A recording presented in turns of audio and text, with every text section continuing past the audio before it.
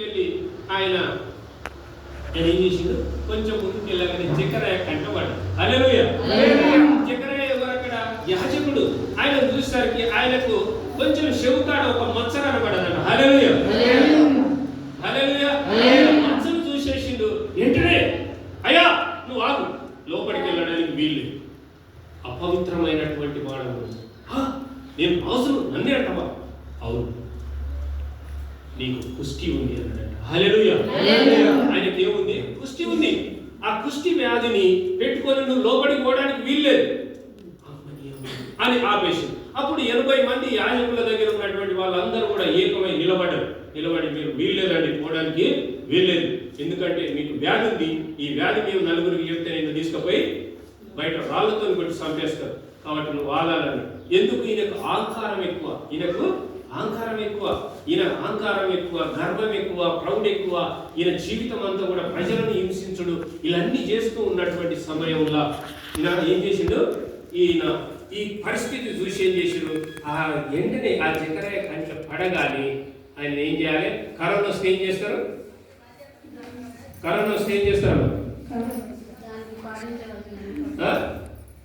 ఏం చేయాలి? మరి ఈయన ఎన్ని రోజులు చేయాలి? ఈయనకి ఏమొచ్చింది? కుష్టి వచ్చింది. ఇది పక్కని కంటుతుంది, ఇంటి కంటుతుంది, ఇంటి ముక్కలని కంటుతుంది, ఆడకపోతుంటే గాలి తగిలినా కూడా అంటుతుంది అని జకర్యా చెప్పి ఏం చేసి నేను ముందు క్వారంటైన్ చేయండి. హల్లెలూయా. క్వారంటైన్ చేయాలి. ఈయన వచ్చి రాజుల ప్లేస్ లో ఉండాలి, కానీ ఈయన రాజుల ప్లేస్ లో లేడు, యాజకుల ప్లేస్ కి వస్తుడు. కాబట్టి ఈయన కాడ ఉన్నటువంటిది ఏంటి? ఈయన పవిత్రమైనటువంటి ప్లేస్ లకు రానవసరం లేదు. కాబట్టి ఈయన దగ్గర ఏముంది? వ్యాధి ఉంది. ఈయన తీసుకుపోయి ఏం చేయాలి? క్వారంటైన్ చేయండి అని. ఒక రోజు చేసిరా, 2 రోజులు చేసిరా, కాదు 10 ఏళ్ళు. హల్లెలూయా. 10 ఏళ్ళు చేయగానే ఆయన తిక్క బదులు అల్లనే ఉన్నాడు. ఎందుకు? ఈయన ప్రజలను బాగా ఇబ్బంది పెట్టే పరిస్థితి వచ్చింది. ఆ తర్వాత ఆయన తర్వాత ఇంకెవరైనా వచ్చిండు?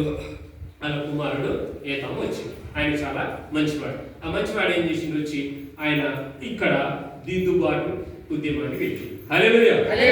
ఈ పాతయన్ని గతించినాయి, పాతయన్ని పోయినాయి, పాతయన్ని ఏమి లేవు, ఇప్పుడు మీరు మంచిగా ఉండాలి. దిద్దుబాటు అంటే ఏంది?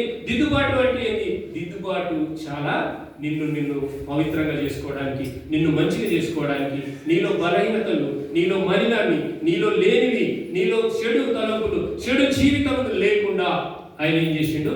నిన్ను ముందుకు తీసుకుపోవడం మొదలు పెట్టిండు. హల్లెలూయా. ఇక్కడి వరకు ఏమైంది? ఈ రాజు ఏం చేసిండు?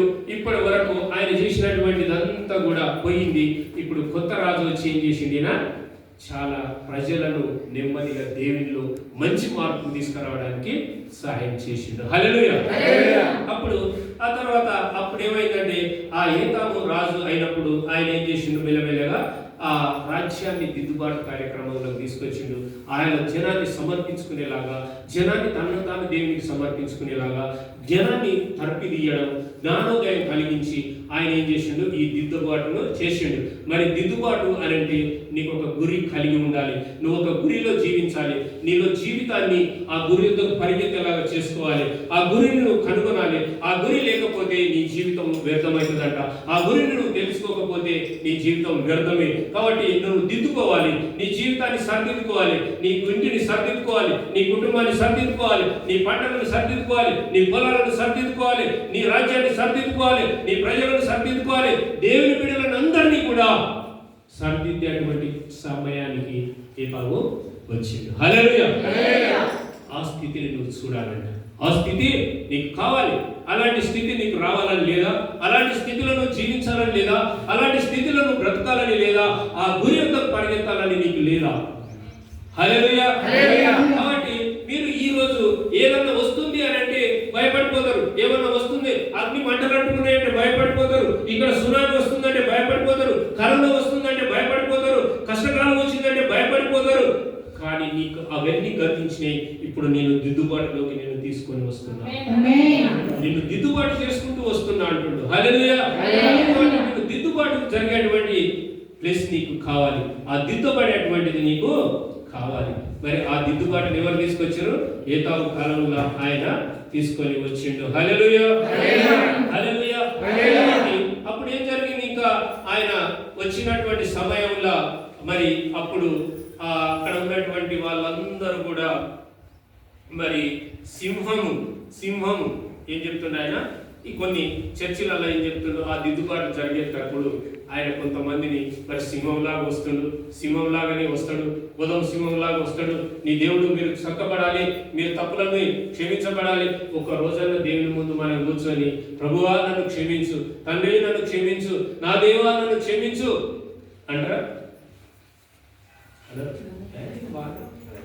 పాపం చేస్తానే తప్పని ఏం మాట్లాడుతున్నారు మీరు?